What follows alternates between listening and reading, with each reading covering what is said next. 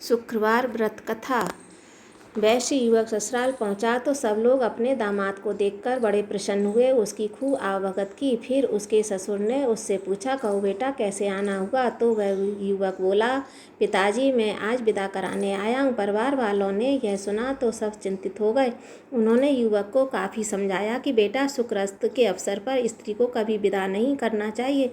जब शुक्र उदय हो तब समय आता है। परंतु वैश्य युवक को हठी था, उसने अपनी नहीं मानी।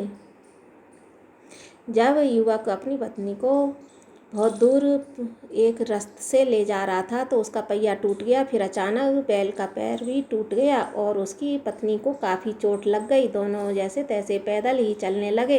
रास्ते में घने जंगल में उन्होंने डाकुओं ने घेर लिया और सारा आभूषण धन दौलत छीन ली और वह कष्ट झेलते हुए घर पहुँचे। जैसे ही वैश्य युवक घर पहुँचा तो उसको विषधर नाग ने काट लिया और वह बेहोश होकर गिर गया। और फिर उस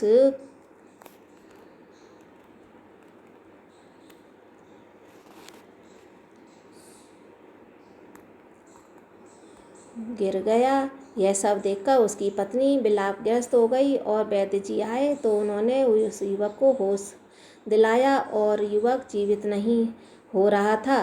3 दिन से उसकी मृत्यु हो जाएगी। ब्राह्मण युवक अपने मित्र के इस कांड की बात सुनकर उसे देखने आया। मित्र की दशा देखकर वह बोला, हमारे धर्म अनुसार सनातन धर्म में जब शुक्र अस्त हो जाता है तो पत्नी को कभी विदा कराकर नहीं लाना चाहिए, लेकिन शुक्र अस्त होने पर भी यह मेरा मित्र अपनी पत्नी को लिवा लाया।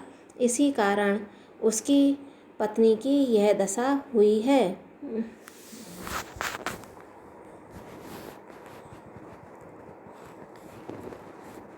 और तत्पश्चात उसने वैश्य युवक की पत्नी से कहा कि अगर तुम अपने पति को लेकर अपने घर वापस चली जाओ और शुक्र उदय होने पर आओगी तो यह सारा संकट टल जाएगा।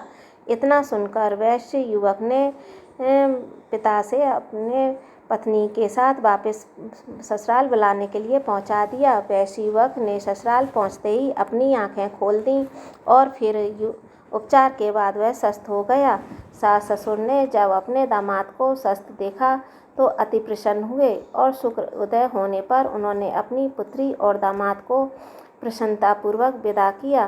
दोनों पति पत्नी उज्जवल भविष्य के लिए लौट आए।